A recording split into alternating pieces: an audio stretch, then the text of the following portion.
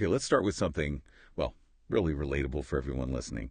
You know those moments, a really tough conversation maybe, or a super high stakes meeting, and you just react. Yeah. Like that immediate snap of anger, or maybe just pure anxiety that freezes you up. Oh, yeah. And then maybe the next day, or even later that same day, you're thinking, why? Why did I let my feelings just take over like that? I knew better. It's that impulsive moment, isn't it? That split second that can make all the difference. It's like, are you going to navigate the stress, think strategically, or just react emotionally and maybe mess things up? Exactly. And that difference, the logical path versus the overwhelming emotional one, that's really what we want to unpack today. Yeah. We're doing a deep dive into Daniel Goleman's work, specifically his huge book, Emotional Intelligence. Right. And our mission basically is to figure out why some people seem to handle pressure so well, make smart choices, while others just get completely swamped by their emotions. We're really going to dissect this whole EI concept Goleman brought to the mainstream. And the big aha moment right at the start, the thing that kind of underpins the whole book, is how Goleman defines emotional intelligence, EI.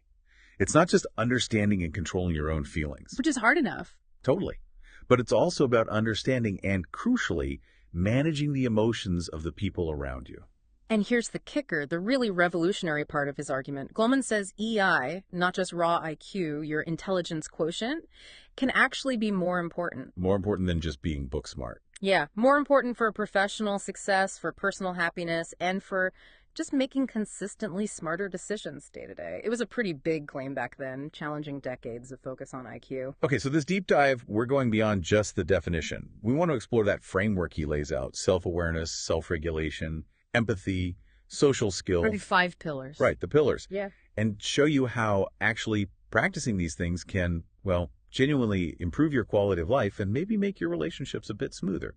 And tying it back to that core idea, Goleman saw that, a high IQ gets you in the door, maybe, but it doesn't guarantee you'll succeed once you're there. So many failures, professionally or socially, aren't because someone isn't smart enough. It's because they just can't handle their own internal emotional world or deal with the pressure that comes with, like, competition or high stakes. It's a really strong argument. And I think what made Goleman's book connect with so many people is how clearly he breaks it down. These 5 pillars, they build on each other, right? Like a kind of emotional skill set. Let's start with the foundation, the self stuff. Exactly. Pillar number 1, self-awareness. This is the absolute bedrock. It's the ability to actually identify and understand your own feelings as they happen. Okay, that sounds simple, but I think a lot of us just stop at I feel bad or I'm annoyed. We don't really dig deeper, do we? Is self-awareness about diagnosing the why? That's precisely it. It's not just feeling angry. It's recognizing, okay, I'm feeling angry because that comment felt like it undermined my work. Or realizing your happiness isn't just general good vibes. It's tied to, say, finishing that tricky task. Okay. So like the sources mentioned, in a work meeting, self-awareness means noticing that heat rising in your chest. Yeah. And instead of snapping, you consciously choose to focus on the facts, the objective details, rather than letting that feeling hijack the whole conversation. Right. And that recognition, that noticing, flows straight into pillar number 2, self-regulation. So awareness is knowing it, regulation is doing something about it. You got it. This is the ability to manage to control those emotions once you've spotted them. It's like hitting the pause button internally. It stops that immediate flare-up of anger or wave of anxiety from just dictating what you do next. And that's absolutely critical for making logical, level-headed decisions when things get stressful. This is where you keep your cool, basically.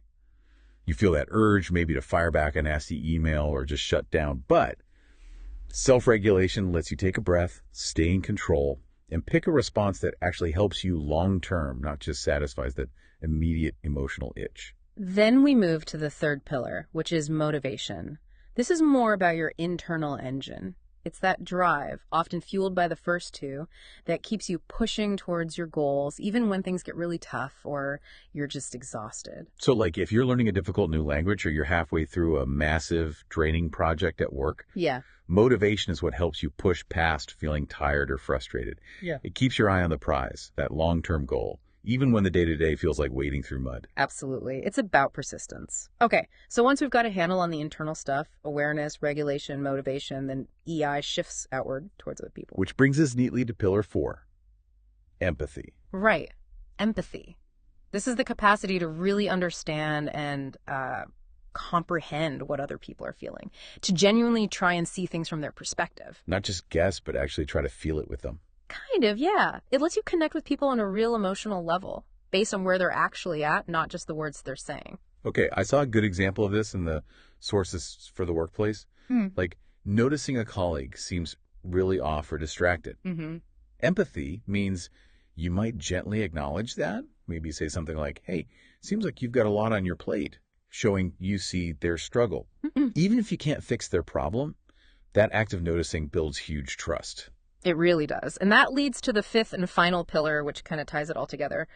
Social skills. This is basically your competence in communicating clearly, managing disagreements, building healthier relationships, influencing people positively. This sounds like the ultimate teamwork pillar, right? Or leadership. If you have strong social skills within a team, or even in your family, communication just flows better. You avoid those silly misunderstandings, and the whole group achieves more. Exactly. It's about navigating the social world effectively. Okay, so Goleman gives us this really powerful logical framework. Internal first, then external. But, this is a deep dive, so we have to ask the tough questions. Does this model really hold up?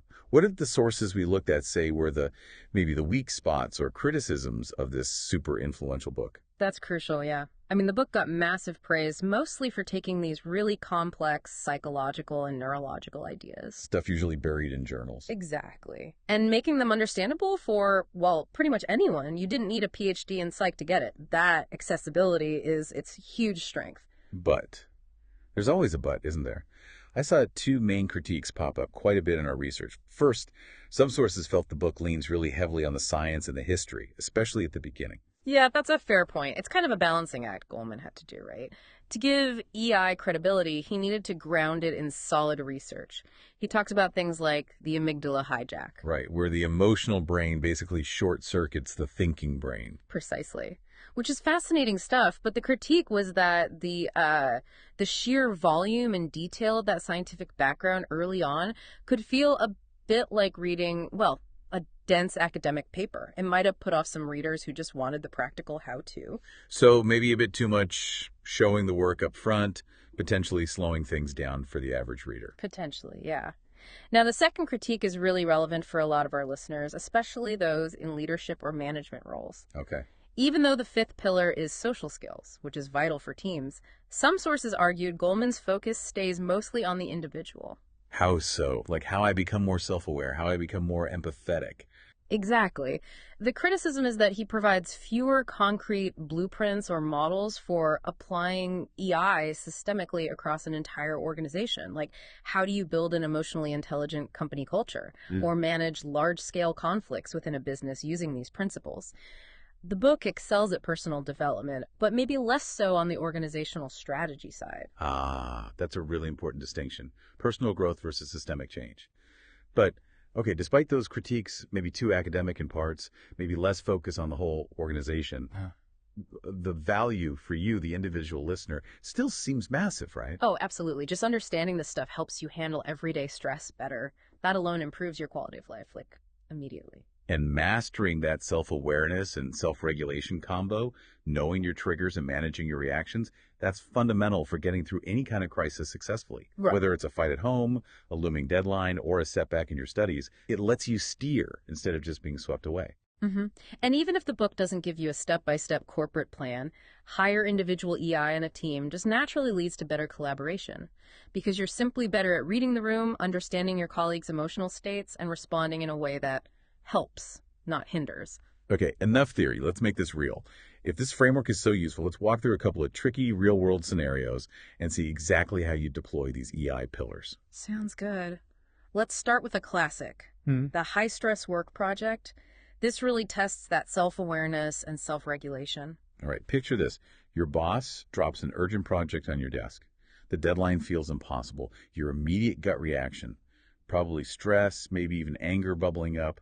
What's the EI playbook here? Okay, first step, self-awareness. You got to recognize that feeling. Is it pure anger at the boss, or is it actually panic, maybe?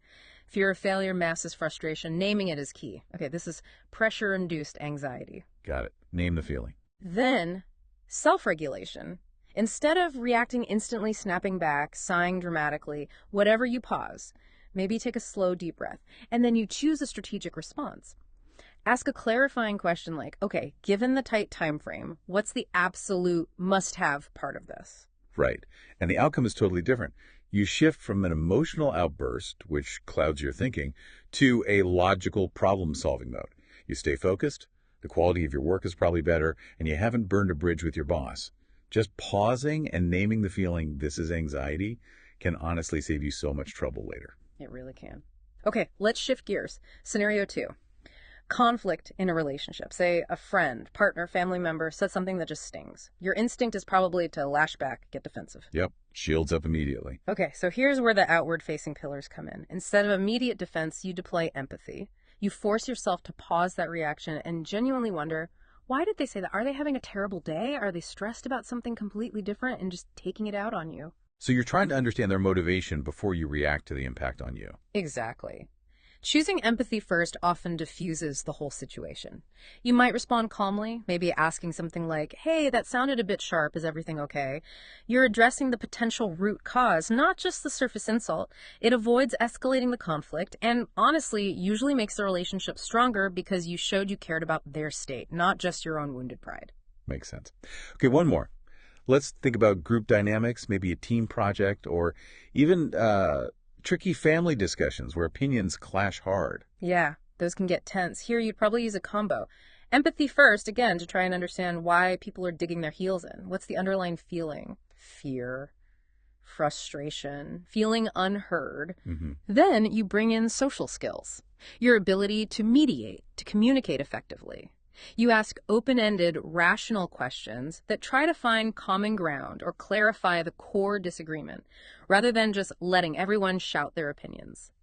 That skill, bridging emotional gaps, is what really makes teamwork succeed or keeps family gatherings from turning into battlegrounds. And the really crucial thing Goleman emphasizes, and this is so important for everyone listening, EI isn't some fixed trait you're born with. Absolutely not. It's a skill, or rather, a set of skills. And like any skill, you get better with conscious effort and practice. It develops gradually. That is honestly the most hopeful part of the whole thing. It means you can change, you can improve. So the actionable step for you listening, starting today, could be really simple. Just try setting aside a minute or two each day to genuinely check in with your feelings. What am I feeling right now? And maybe practice pausing before you respond in conversations, especially tricky ones. Just ask yourself quickly, okay, what's driving my urge to react this way? And it all comes back to managing stress, doesn't it? The sources are really clear on this. Stress is like kryptonite for good decision making. Yeah. Using that self-awareness, okay, I'm feeling stressed, and self-regulation, like just taking a few slow, quiet breaths during a tense meeting, these small actions can literally short-circuit that emotional panic response and keep your logical brain online.